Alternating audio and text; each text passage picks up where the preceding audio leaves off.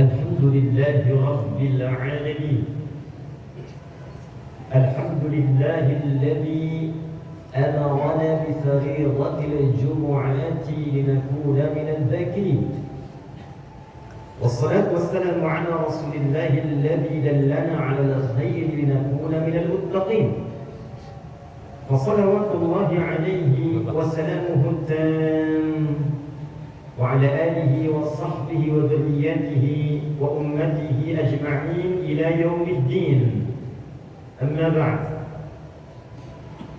فأشهد أن لا إله إلا الله وحده لا شريك له، ونشهد أن محمدا عبده ورسوله الذي لا نبي بعده. فقال تعالى: يا أيها الذين آمنوا اتقوا الله حق تقاته ولا تموتن إلا وأنتم مسلمون.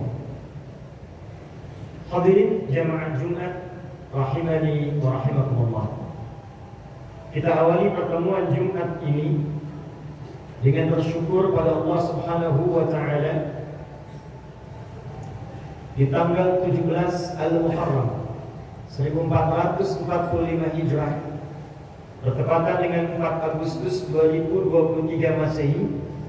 Dari sekian hamba Allah yang tengah beraktivitas, kita yang masih diperkenankan oleh Allah untuk beriman kepada Allah Subhanahu wa taala. Kita juga bersyukur dari sekian hamba Allah yang mengaku beriman kepada Allah, kita yang masih diberikan hidayah dan terpilih untuk membuktikan keimanan itu dengan menunaikan ibadah Jumat di Masjid Taqwa ini.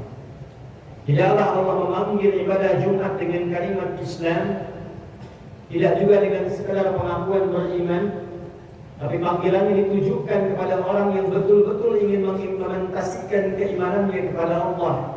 Bahkan diturunkan dengan nama surahnya, surah ke-62 Al-Jumu'ah di ayat yang ke-9. Ya ayyuhalladzina amanu idza nudiya lis-salati min yaumil jumu'ati fas'au ila dzikrillah. Ya ayyuhalladzina amanu, hai semua orang yang telah menyatakan beriman. Ya harfun nida ila al-qarib wal mutawassit wal ba'id. Ya huruf untuk memanggil, disebutkan 361 kali dalam Al-Quran, memanggil yang dekat, menengah dan jauh. Ayyuha, ayyunya munada berfungsi menguatkan, haknya tandi berfungsi mengingatkan. Disebutkan 150 kali dalam Al-Quran, menunjuk bahwa jika ada informasi yang disampaikan dengan ayyuha, informasinya begitu penting sehingga Allah harus mengingatkan dan menguatkan. Alladzina disebutkan 1080 kali dalam Al-Quran, mencakup semua tanpa kecuali, besar, kecil, tua, muda, berjabatan, tak berjabatan, apapun profesinya. Ya ayyuhalladzina amanu, hai semua yang telah menyatakan beriman kepada Allah, besar, kecil, tua, muda, apapun jabatan dan profesinya, dimanapun kau menangkap, dimanapun kau menempat, dekatkah, menengahkah, jauhkah, aku ingatkan, kata Allah, aku tekankan. Idza nudiya lis-salati min yaumil jumu'ati fas'au ila dzikrillah. Jika engkau masih merasa punya iman, maka buktikan keimananmu. Bila telah tiba panggilan dari masjid untuk menunaikan Jumat, responlah panggilan Jumat itu dengan iman. Berbahagialah di antara sekian hamba Allah yang beraktivitas, kita yang masih diberikan hidayah oleh Allah untuk mempertahankan iman itu dan membuktikannya dengan menunaikan Jumat di Masjid Taqwa ini. Semoga Jumat ini menjadi Jumat terbaik dari sekian Jumat yang pernah kita tunaikan. Amin. Hadirin, dalam setiap kesempatan Jumat, di antara hal yang menarik, Rasulullah SAW senantiasa menyisipkan dalam salah satu pesan kuatnya sebelum memulai khutbah Jumat, beliau mengingatkan kepada seluruh umatnya untuk meningkatkan takwa kepada Allah. Dan kelak itulah yang akan diwarisi oleh seluruh umatnya saat berkhutbah, dengan mengutip khususnya Quran surah ketiga Al-Imran di ayat ke-102. Tatkala Allah berfirman, a'udzubillahi minasyaitonir rajim, bismillahirrahmanirrahim. Ya ayyuhalladzina amanu taqullaha haqqa tuqatih wa la tamutunna illa wa antum muslimun. Hai semua yang telah menyatakan beriman kepada Allah, tingkatkan takwamu dengan cara yang benar, haqqa tuqati, dengan serius, dengan sungguh-sungguh. Wa la tamutunna illa wa antum muslimun. Dan jaga betul takwa itu selama engkau hidup di dunia ini. Pertahankan itu, pastikan jangan sampai engkau wafat kecuali memegang spirit takwa itu dalam keadaan tunduk patuh pada Allah Subhanahu wa taala. Hadirin, pertanyaannya, apa yang penting dari takwa itu? Mengapa setiap insan beriman diperintahkan dalam Al-Quran dengan perintah yang begitu mengikat kuat, dipesankan oleh Rasulullah, bahkan diingatkan minimal setiap pekan, bahkan hampir dalam setiap tausiah dan mau'izah hasanah beliau dalam peningkatan takwa? Apa pentingnya takwa itu? Apa rahasianya takwa itu? Apa dampak takwa dalam kehidupan dunia dan konsekuensinya dalam kehidupan akhirat? Itu yang akan kita turunkan dalam pembahasan singkat ini tentang hakikat takwa dalam Al-Quran dan Sunnah Rasulullah SAW. Hadirin, kata takwa dan derivasinya disebutkan setidaknya dalam Al-Quran sebanyak 240 kali. Dari penyebutan 240 kali ini, Allah membagi keterangan takwa setidaknya pada dua bagian utama. Ada yang terkait dengan hikmah, tujuan mengapa kita mesti meningkatkan takwa. Lalu setelah membangun kesadaran pada diri kita betapa pentingnya takwa, betapa mahalnya takwa, istimewanya takwa dalam kehidupan kita, barulah diterangkan oleh Allah bagian yang kedua tentang jalan bagaimana membentuk dan mengoptimalkan takwa. Pada bagian yang pertama, ketika kita bertanya, ya Allah, kenapa kami mesti bertakwa? Maka dijawab oleh Allah Subhanahu wa ta'ala dengan jawaban yang sangat beragam. Apakah engkau menginginkan kebahagiaan dalam hidup?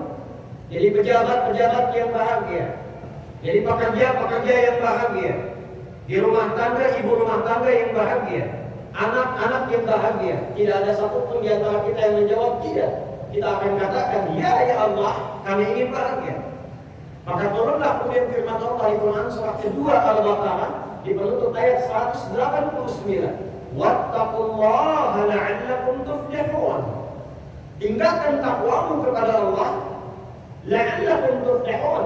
Aku wujudkan kebahagiaan dalam kehidupan.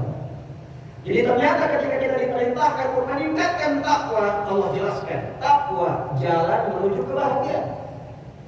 Jadi kalau ada di antara kita yang sukses di pekerjaannya, champion di perusahaannya, bisnisnya bagus, tapi di rumah tangga nihil kebahagiaan, jabatan tinggi, harta banyak, kehidupan tak bahagia, mungkin yang kurang itu bukan hartanya, yang kurang bukan jabatannya, yang kurang bukan pintarnya, boleh jadi yang kurang adalah takwanya. Ada lagi yang sedang belajar, yang meniti pendidikannya dari tingkat dasar SD, SMP, menengah sampai dengan kuliah. Tentu semua pelajar menginginkan percepatan dalam pengetahuan, ingin pintar, mudah memahami sesuatu, gampang mengingat, tidak mudah lupa, menemukan inovasi. Bagaimana jalannya? Sebelum turunnya pengetahuan dengan ikhtiar, Allah tawarkan dengan jalan yang sangat cepat. Quran surah kedua Al-Baqarah di akhir ayat 282. Wattaqullah wa yu'allimukumullah. Engkau mampu tingkatkan takwa kepada Allah, aku ajarkan, percepat pengetahuan kepada dirimu. Engkau tingkatkan takwa, aku tanamkan pada dirimu pengetahuan untuk mudah memahami sesuatu. Hadirin, ada lagi yang bertanya, bagaimana relasi takwa dengan kemudahan beraktivitas, kemudahan rezeki, mengentaskan persoalan? Quran surah ke-65 di akhir ayat yang kedua, di pembuka ayat ketiga. Wa may yattaqillaha yaj'al lahu makhraja wa yarzuqhu min haitsu la yahtasib. Man ismun mausul yadullu 'ala al-fardiyyah al-'ammiyah. Adalah kata sambung konjungsi yang menunjuk pada objek, kadang-kadang subjek secara personal. Wa man, dan siapapun secara personal. Kata para ahli tafsir, kalau ada ayat turun, posisikan ayat itu untuk kita. Waman personal, hei ahli hidayah, ayat untukmu. Hei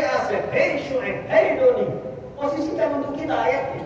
Kata Allah, wa may yattaqillaha, dan siapapun yang menginginkan dirinya menjadi lebih baik, dia tingkatkan takwanya kepada Allah, yaj'al lahu makhraja.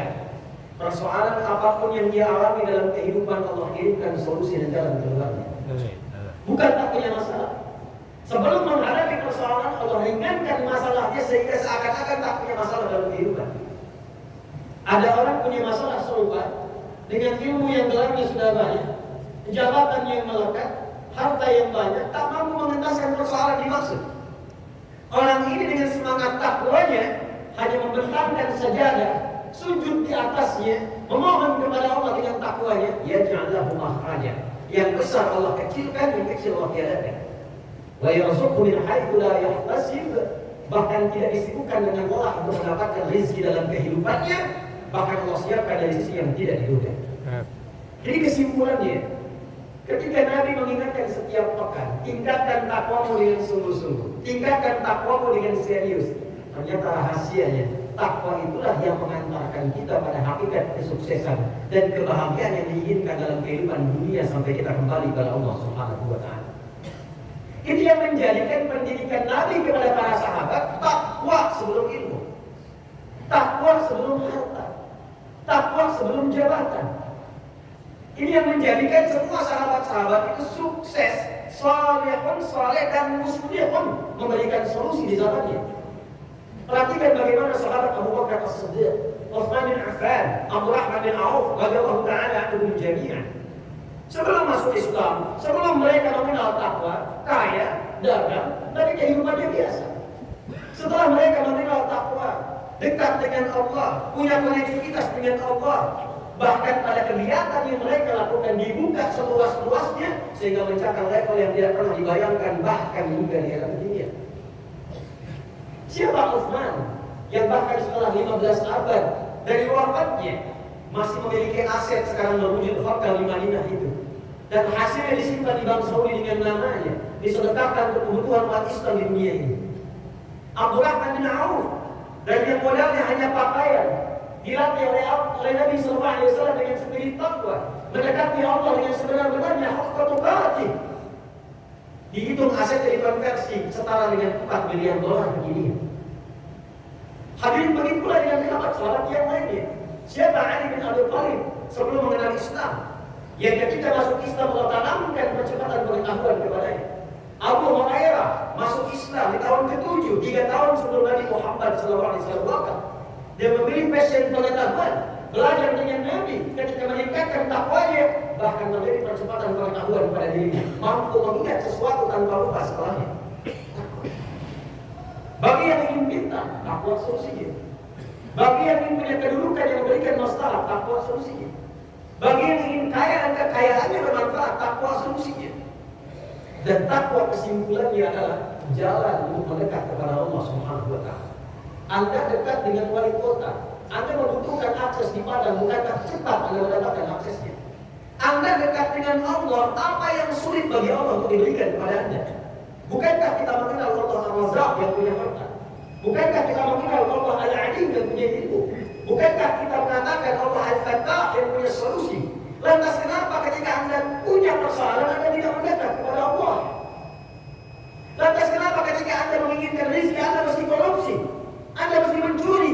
Kenapa Anda tidak dekati Allah yang maha segalanya? Kenapa ketika Anda sedang punya masalah, larinya justru ke tempat-tempat yang melahirkan masalah baru? Kenapa Anda tidak curhatkan kepada Allah?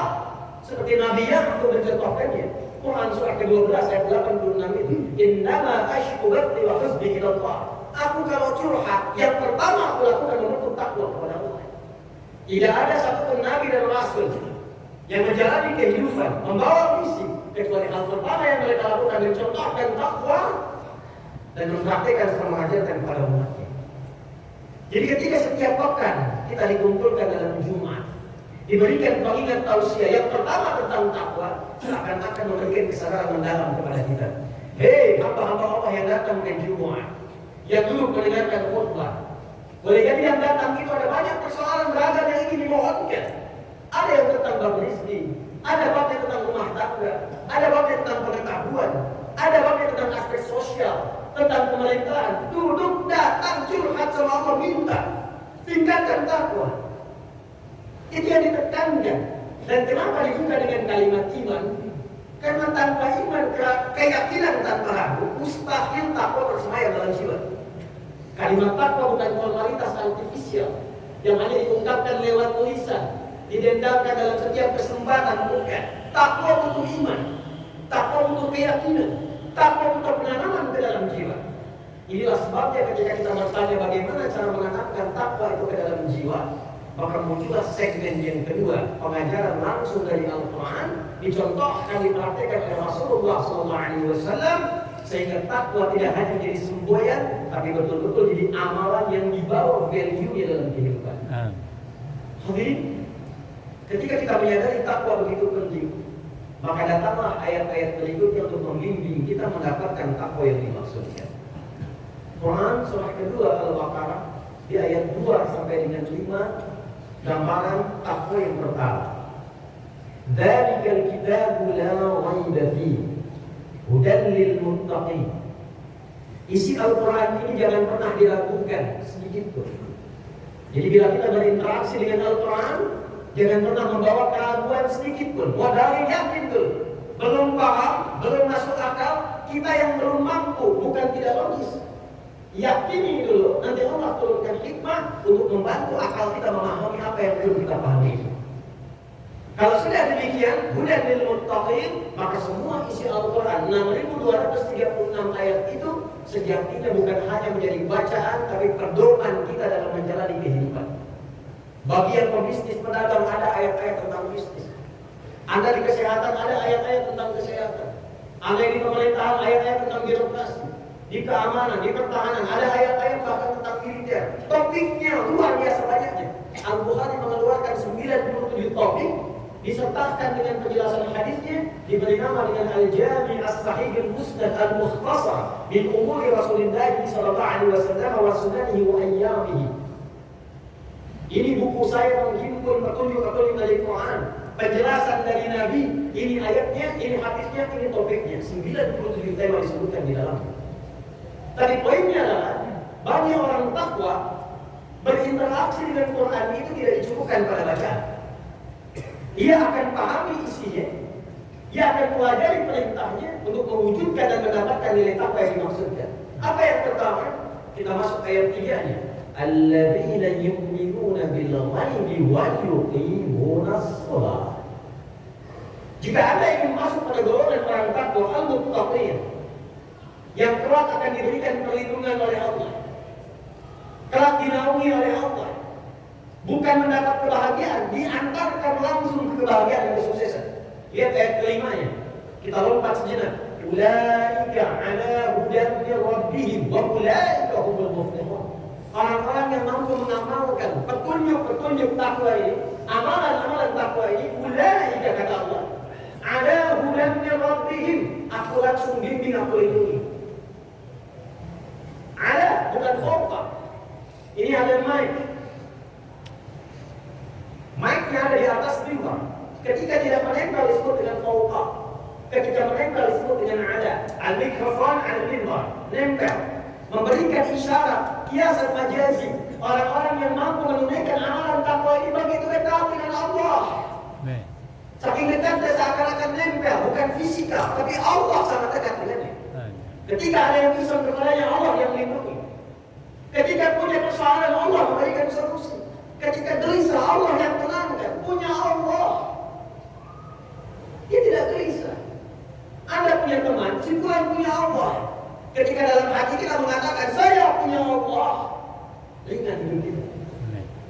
Nabi ditodong dengan senjata, dengan pedang. Ya Muhammad, siapa yang menyelamatkan engkau saat ini? Satu kalimat dilafaz di lisan Nabi, Allah. Rasulullah mengatakan punya Allah, jatuh pedang. Tanggal itu kembali dan bertanya, siapa yang menyelamatkan engkau saat ini? Ini yang kita butuhkan. Keyakinan tertinggi pada setiap diri insan beriman yang mengatakan pada jiwanya, saya punya Allah. Wa ulaika humul muflihun. Ketika kita merasa dekat dengan Allah, punya Allah, dibimbing oleh Allah menuju kesuksesan dan kebahagiaan.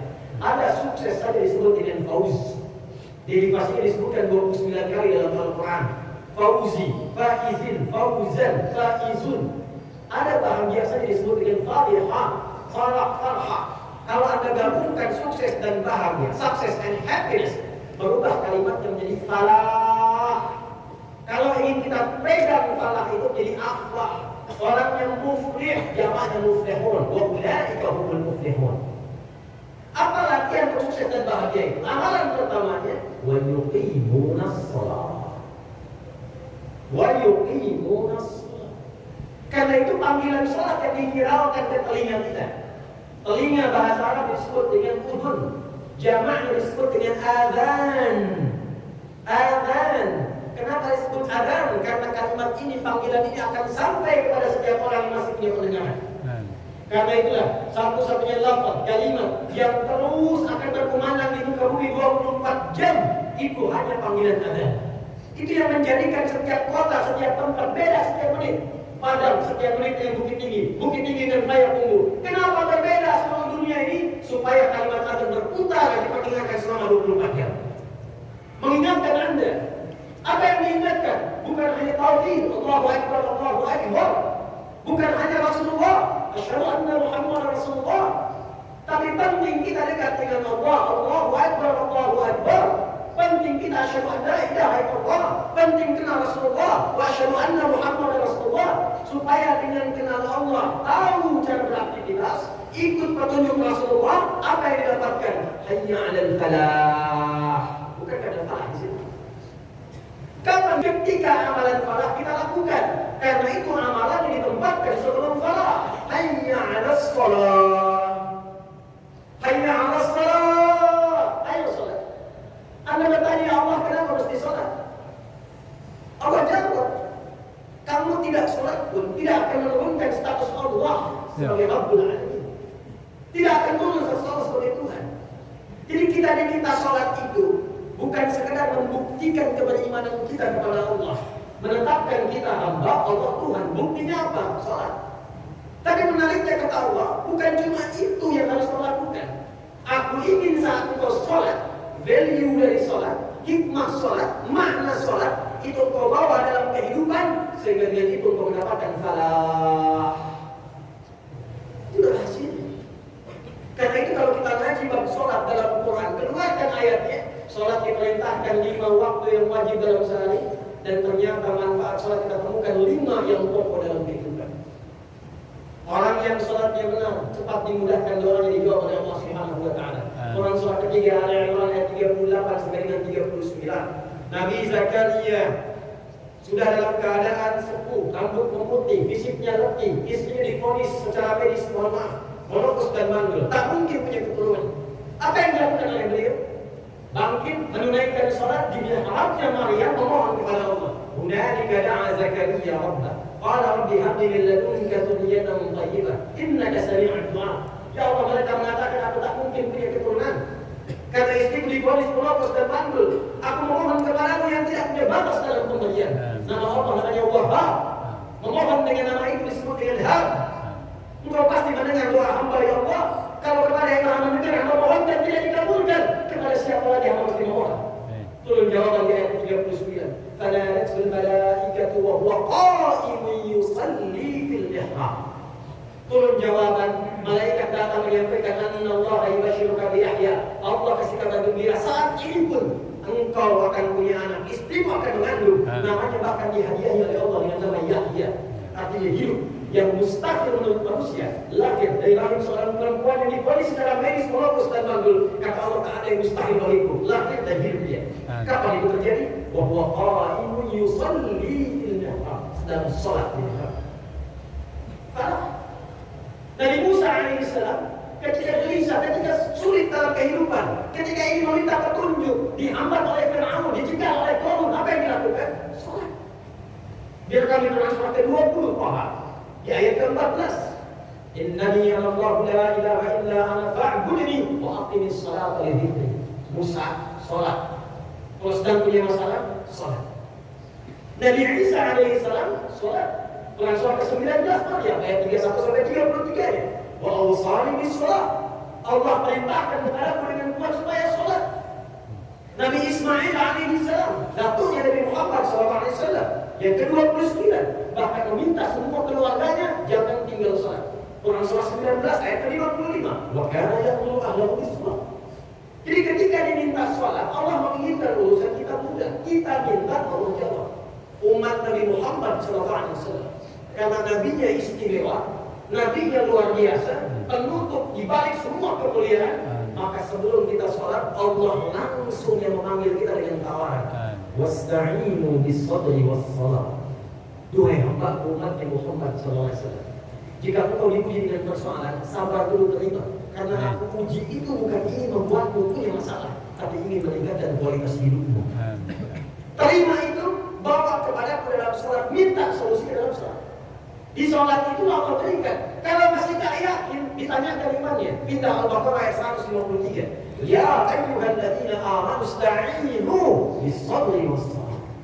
Itulah sholat. Sholat bisa merubah kita menjadi lebih baik.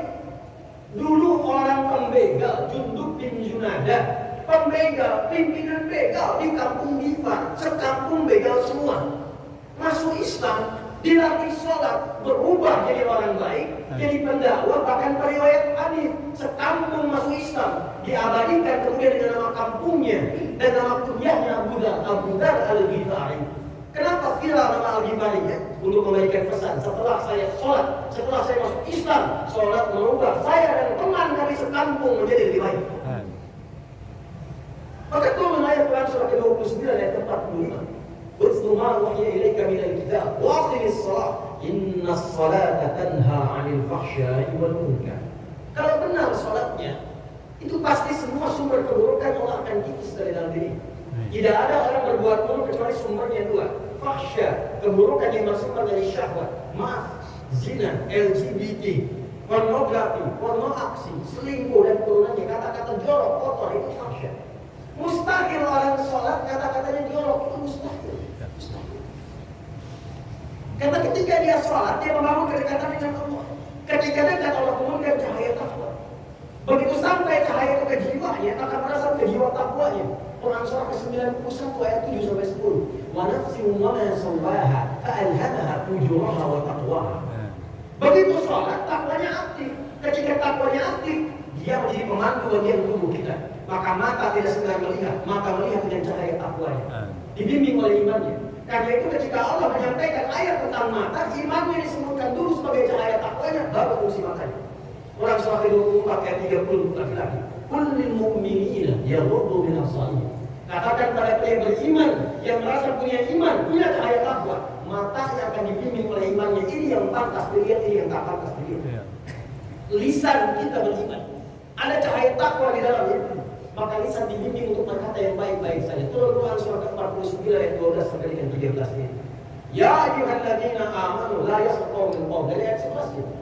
Orang-orang yang merasa beriman punya cahaya takwa. Kalau benar kau rajin sholat, benar kau beriman, itu akan ada cahaya membimbing lisanmu. Tidak akan pernah punya kosakata untuk menjeleki orang lain, memfitnah orang lain, menuduh orang lain, mencela orang lain.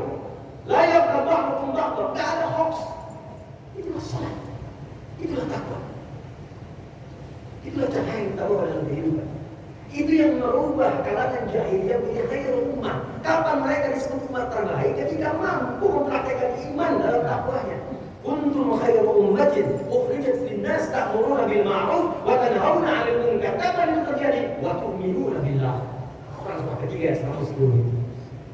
Karena itu hadirin, ketika diminta menunaikan sholat, bukan sekedar kita hanya untuk sekedar datang mengumpulkan kewajiban, rukun dan syaratnya. Datang, apalagi khutbah Jumat kadang datang, duduk, ngantuk, kadang ada yang tidur, selesai sholat 2 rakaat dan pulang. Bukan itu yang diinginkan.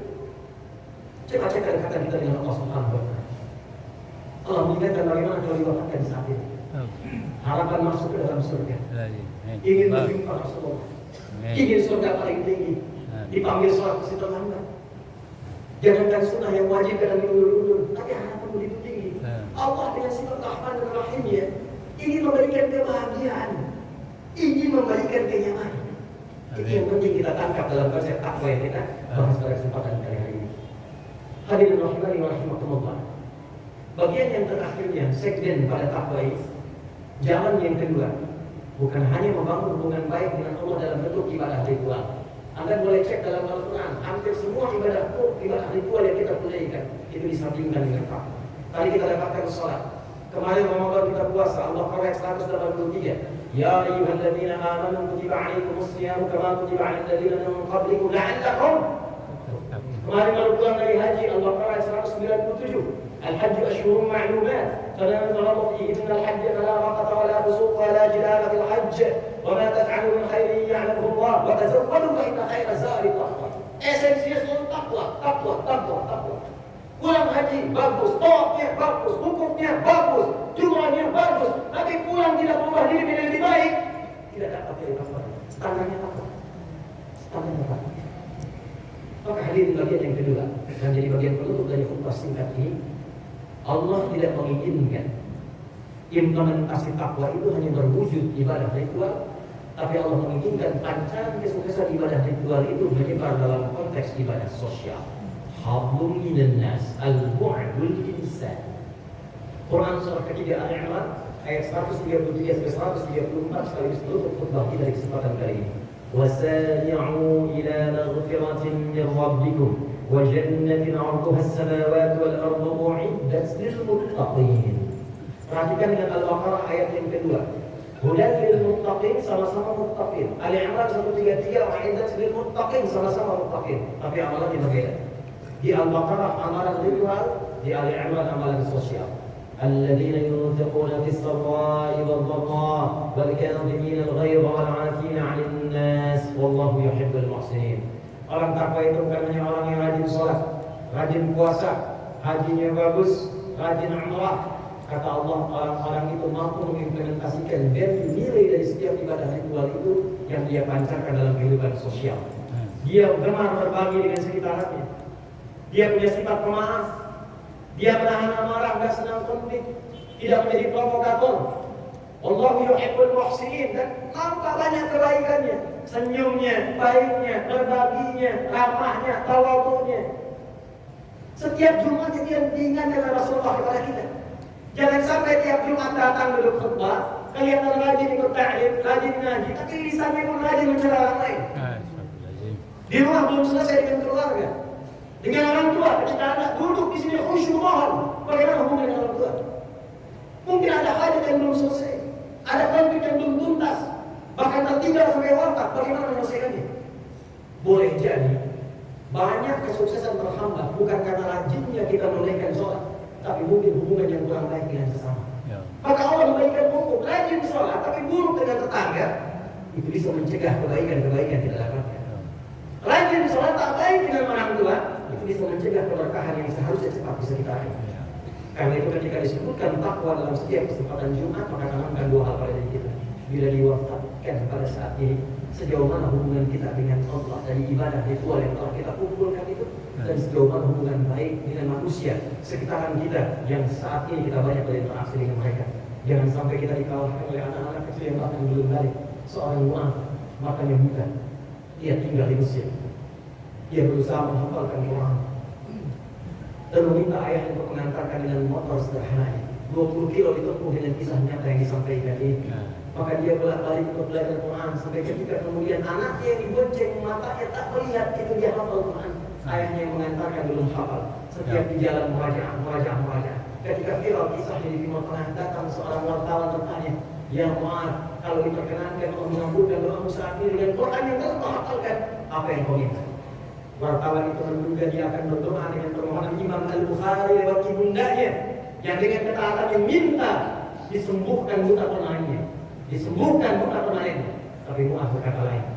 Dia katakan, "Wallahi, jika saya diperkenankan bermohon di hadapan Allah dan dikabulkan, saya akan memohon kepadanya dalam keadaan saya berdiri dihisab sendirian di hadapan Allah. Tidak ada ayah saya menemani lagi, membonceng saya untuk menghafal Quran. Ibunda saya tidak menemani lagi. Saya ingin mengatakan, ya Allah, jika pun amalan saya belum cukup, saya bawa pulang untuk menghadapmu saat ini. Mohon ringankan siksaku di neraka dengan Quran yang telah aku hafalkan ini." Anak kecil, mata tidak melihat, orang menyebutnya dengan buta, dia belum balik, dia berusaha menghafalkan Quran untuk membawa hujah di hadapan Allah saat itu. Anda diberikan 40 tahun, 50 tahun, 60 tahun, waktu enak, keadaan banyak, fasilitas lengkap. Untuk sekedar baca Quran saja Anda belum punya waktu. Dan Anda mengharapkan surga Firdaus. Anda mengaku umat Rasulullah. Rasulullah itu orang yang sangat lembut, orang yang sangat luar biasa baiknya, ramahnya, tawabunya, tegas dalam kemungkaran, tapi sikapnya masih baik. Bagaimana sikap melalui Rasul yang kasar kata-kata? Mengaku umat Rasulullah lisannya kasar, kelembutannya hilang. Di mana sikap itu ketika dibawa menghadap kepada Rasulullah SAW? Ittaqullah, ittaqillah haitsu ma kunta, wa aqbil hasanah sayyi'atal hasanah tatamhu. Nasihat Rasulullah kepada Mu'adz bin Jabal dan Junduh bin Bilal diabadikan oleh Imam An-Nawawi dalam hadis nomor 18 dalam Al-Arba'in.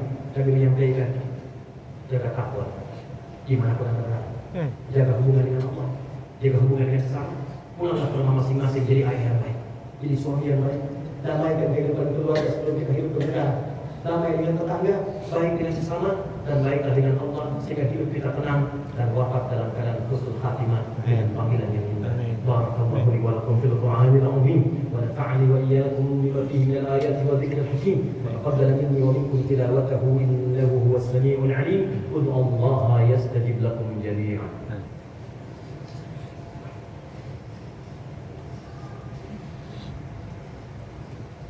الحمد لله الذي حثنا على أن نكون من المتقين.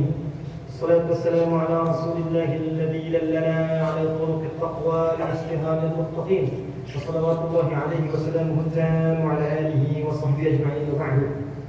Hadirin, betapa rahmat rahim Allah Subhanahu wa taala kepada kita, mengumpulkan kita di masjid bernama Taqwa, dibersamai oleh orang-orang yang mengaku beriman dan bertakwa dalam keadaan Jumat yang wasiatnya takwa. Terkumpul semua makna ini. Bila terkumpul tempat yang baik, orang yang baik dalam waktu yang baik, maka disitulah kemudian ada ijabah doa yang Allah sampaikan dengan cepat dan melewati batas-batas hijab. Inna Allaha malaikatahu yusalluna 'alan nabi ya ayyuhalladzina amanu sallu 'alaihi wa sallimu taslima. اللهم نحمدك حمدا شاكرين كما علمتنا ان نحمدك، ونشكرك شكرا كما علمتنا ان نشكرك. انت المقدم وانت المؤخر بيدك الخير، انك على كل شيء قدير. اللهم صل وسلم على حبيبك الكريم ورسولك المصطفى الذي نبينا وسيدنا محمد وعلى اله وصحبه اجمعين. ربنا انا نسالك خير ما سالك رسولك المصطفى نبينا محمد صلى الله عليه وسلم. Ya Allah, kami bermunajat memohon kepadamu seluruh kebaikan yang pernah dimohonkan oleh Rasulullah SAW. Wa na'udzubika min kulli ma sta'adha bika 'abdu rasulika al-mustafa nabiyyina Muhammad sallallahu alaihi wasallam. Dan kami berlindung kepadamu dari seluruh keburukan yang diperlindungkan oleh Rasulullah Muhammad sallallahu alaihi wasallam. Allahumma ya al-ghafir al-ghaffar al-ghafur rahim, la tad'alna fi maqamina hadha dhanban illa ghafarta. Ya Allah, kalau ada satu jamaah pun yang hadir di masjid ini membawa dosa, jangan biarkan dia keluar dari masjid ini kecuali Kau ampuni seluruh dosa-dosanya. Wala hamman illa farajtah. Jika ada di antara kami yang datang membawa kegelisahan, jangan biarkan dia pulang dari Jumat ini kecuali Kau telah tenangkan keadaan hatinya. Allahumma wala asira illa yassarta. Ya Allah, kami menyadari satu di antara kami mungkin ada yang datang Jumat membawa kesulitan dalam hidupnya. Jangan biarkan dia pulang dari Jumat ini kecuali Kau telah mudahkan seluruh urusan kehidupannya. Allahumma wala hajata min hawaij dunya wal akhirati fika nakaridan wa fiha la salah illa qadaitaha ya arhamar rahimin. Allahumma ya Allah alif baina qulubina wahdi ya Allah lil ansabiyya tubu ilaika taubatan nasuha. Ya Allah, jika ada pelaku maksiat datang di Jumat ini, duduk di antara kami atau kami pun bagian dari pelaku maksiat ini, mohon ya Allah sentuh hati terdalam kami untuk bertobat saat ini ya arhamar rahimin. Ya Allah, jangan biarkan kami wafat kecuali dalam keadaan kami telah bertobat kepada-Mu ya Rabbal Alamin.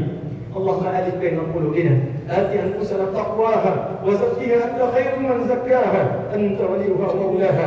Ya Allah, mohon jernihkan jiwa kami, tanamkan sifat takwa dalam hati kami. Engkau yang menguasai jiwa kami, jauhkan kami dari kotoran-kotoran yang dapat merusak keadaan hati kami. Allahumma ya arhamar rahimin, ij'al baqiyata hayatina hayatan thayyibah wa akhir wafatina husnal khatimah. Ya Allah, jadikan sisa hidup kami setelah Jumat ini sisa hidup yang lebih baik daripada hari-hari sebelumnya. Tubna ilaika taubatan nasuha. Kami bertaubat di Jumat ini kepadamu ya Allah dengan taubat nasuha. اللهم اغفر للآباء الحاضرين في هذه الجمعة إذا كان هنالك من الأولاد يا الله عصوت بسبب أولادهم بسبب والديهم. Ya Allah, Jika ada para ayah yang hadir Jumat ini dan mendapati anak-anak bermaksiat kepadamu karena ulah atau sebab ayahandanya, maka ampuni para ayah yang hadir di Jumat ini ya Allah. Ampuni kedua orang tuanya ya Allah. Ampuni dosa anak-anak mereka ya Allah. Ampuni dosa keluarga kami ya Allah. Allahumma barik hadil madinah di Padang ya Arhamar Rahim. Ya Allah berkahi kota Padang ini ya Arhamar Rahim. Wahfad umara'ah ya Arhamar Rahim. Dan mohon jaga, bimbing, berikan hidayah kepada para pemangku kebijakan dan kepemimpinannya ya Allah. Wali kotanya, para pemimpinannya ya Allah, bimbing mereka, berikan hidayah kepada mereka dan berlaku adil dan jujur. Tanamkan keyakinan pada diri mereka bahwa mereka akan dihisab di hari kiamat. Ringankan hisab mereka di hari kiamat ya Allah. Allahumma akhfad ya Allah sya'bat Padang ya Arhamar Rahim. Waj'al mutlaqidina fi ta'atik.